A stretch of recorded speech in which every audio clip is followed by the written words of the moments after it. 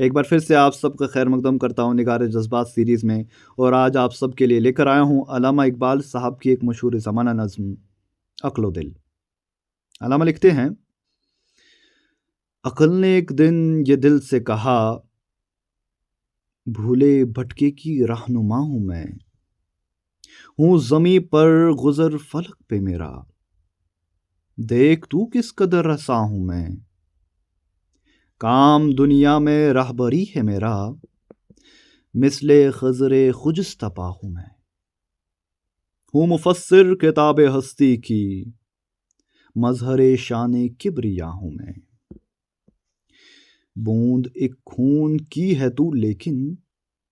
غیرت لعل بے بہا ہوں میں۔ دل نے سن کر کہا یہ سب سچ ہے، پر مجھے بھی تو دیکھ کیا ہوں میں، راز ہستی کو تو سمجھتی ہے،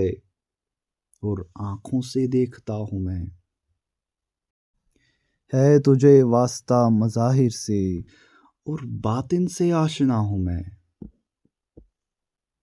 علم تجھ سے تو معرفت مجھ سے، تو خدا جو خدا نما ہوں میں،